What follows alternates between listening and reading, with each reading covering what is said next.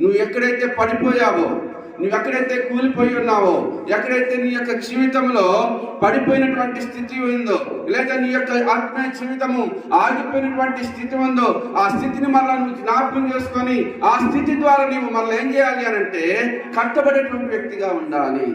Praise lord, హల్లెలూయా. అర్థమవుతుందండి? గోడ ఎక్కడి వరకు అయిపోయింది? సగం మట్టికి అయిపోయింది, సగం అయిపోయింది. మిగతాది కట్టాలి అని అంటే అది భారంతో కూడినటువంటి పని. ప్రజలందరికీ కూడా ఇష్టమైనటువంటి గోడగా అందరూ కూడా కలిసి పని చేస్తూ ఉన్నారు. అయితే ఎంతవరకు వచ్చింది అని అంటే సగం వరకు వచ్చి ఆగిపోయింది.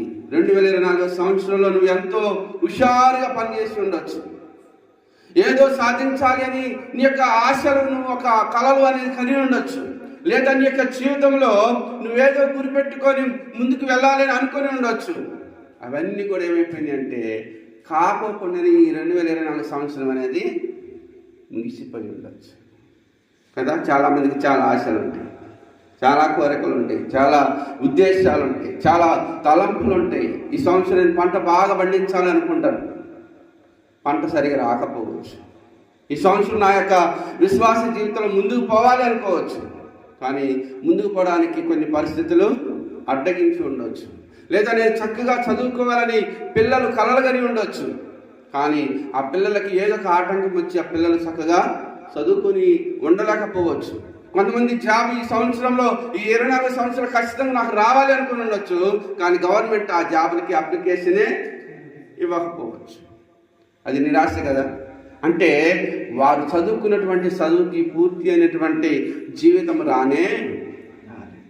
ఇక్కడ అదే చెప్తున్నాడు. వాళ్ళు ఏమంటున్నారంటే అయినను పనిచేయటకు జనులకు మనస్సు కలిగి ఉండెను. చేయాలని ఆశ ఉంది నీకు కూడా, పోవాలి పనికి పోవాలని ఆశ ఉంది, కానీ చేతిన పని లేకపోవచ్చు.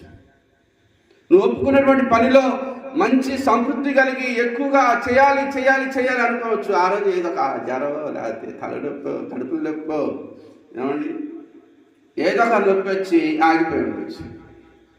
ఇక్కడ వీళ్ళు కూడా ఎంతో ప్రయాసపడుతున్నారు, కానీ ఆ గోడ సగం వరకు అయిపోయి ఏం చేస్తుంది?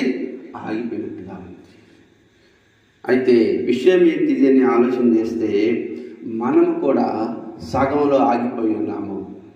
మన ఆత్మీయ జీవితంలో కూడా పురికొల్పబడాలి, లేదా మరలా పునర్నిర్మాణం జరగాలి.